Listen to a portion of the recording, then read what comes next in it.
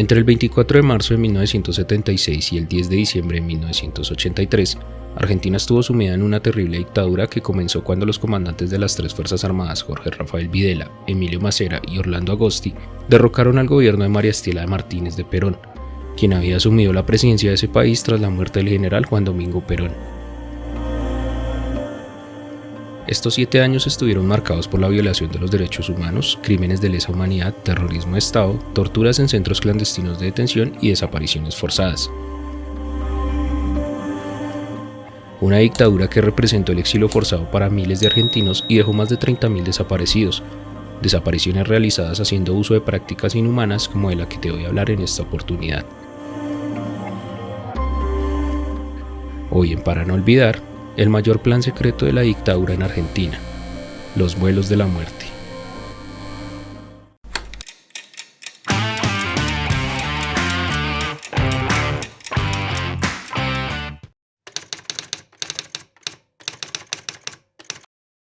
El terrorismo de Estado es el uso sistemático de amenazas y represalias por parte de un gobierno, llegando a ser incluso ilegales dentro de la propia legislación de su Estado. En pocas palabras, la finalidad de esta práctica es reprimir, hostigar y perseguir a la población para poder dominarla a través del miedo y evitar cualquier acto de resistencia. Pues bien, una de estas prácticas durante la dictadura en Argentina fueron los denominados vuelos de la muerte, los cuales eran la última parte de un ambicioso plan cuyo fin era exterminar opositores al régimen de Videla. En esta práctica macabra y por demás despreciable, eran usados aviones de las Fuerzas Armadas desde donde los militares arrojaban a personas, en su mayoría vivas luego de haberlas drogado, en primera instancia al Río de la Plata y con el tiempo también al mar. Todo esto con el fin de hacer desaparecer los cadáveres y las pruebas de los crímenes.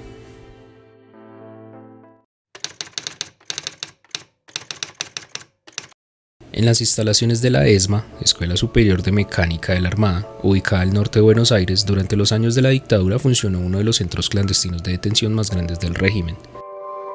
En este lugar, además de los abusos, torturas, robos de bebés y asesinatos, también ocurrieron los vuelos de la muerte. No se sabe con exactitud la cantidad de personas que estuvieron alojadas allí en contra de su voluntad, pero organismos de derechos humanos sostienen que fueron hasta unas 5.000. Se cree que esta práctica sucedía hasta 2 veces por semana, mayormente entre los años 1976 y 1977. Allí un grupo de secuestrados de entre 25 y 30 personas, seleccionadas meticulosamente, eran llevadas a una sala apartada de la ESMA. En ese lugar se les inyectaba pentotal sódico, una droga de recuperación lenta que producía un efecto hipnótico y los adormecía.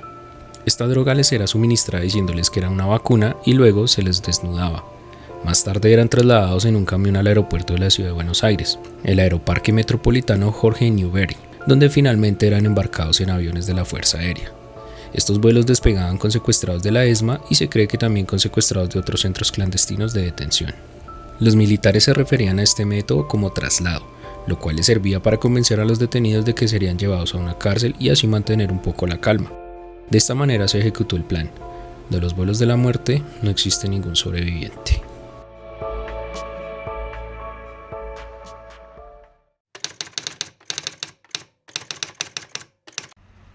No pasaría mucho tiempo para que comenzaran a aparecer evidencias del crimen.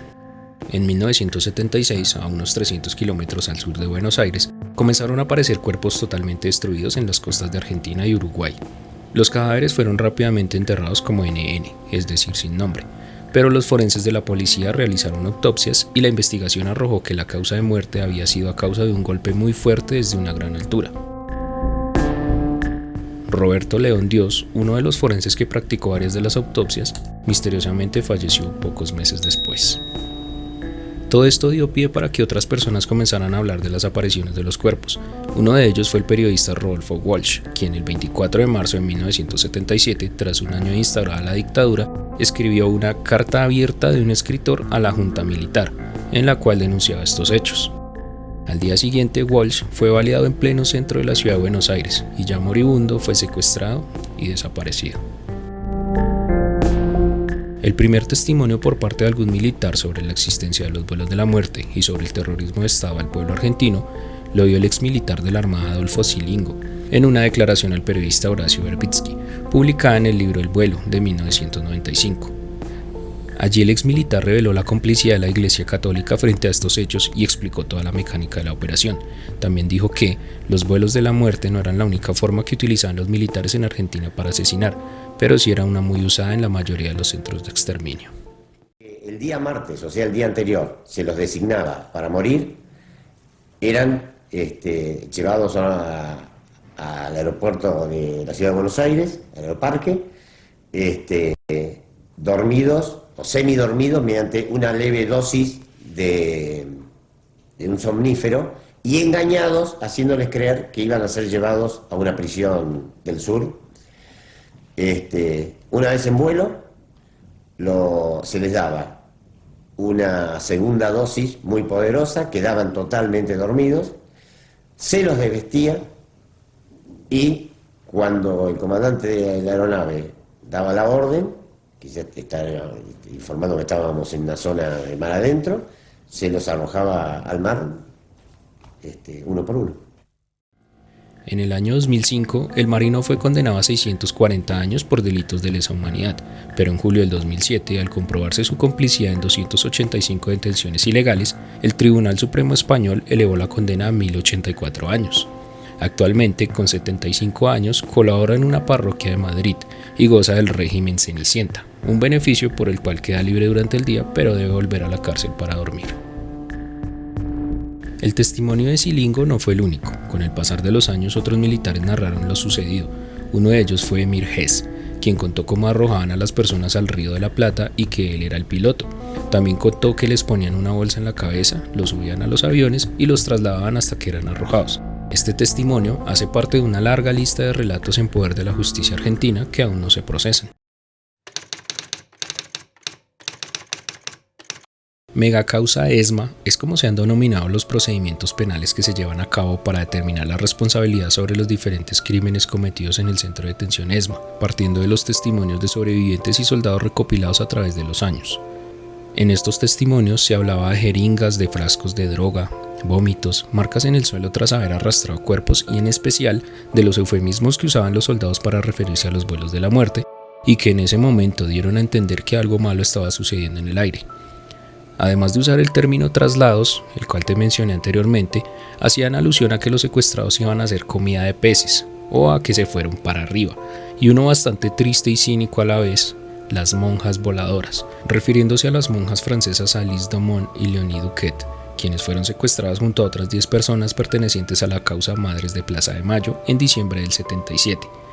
Según el testimonio del periodista Lisandro Raúl Cubas, las monjas permanecieron 10 días en la ESMA siendo torturadas. Fueron fotografiadas juntas frente a una pancarta del grupo político Montoneros para luego ser trasladadas. En el 2003, fueron identificados los restos de Léonie Duquet en una fosa común dentro de un cementerio argentino.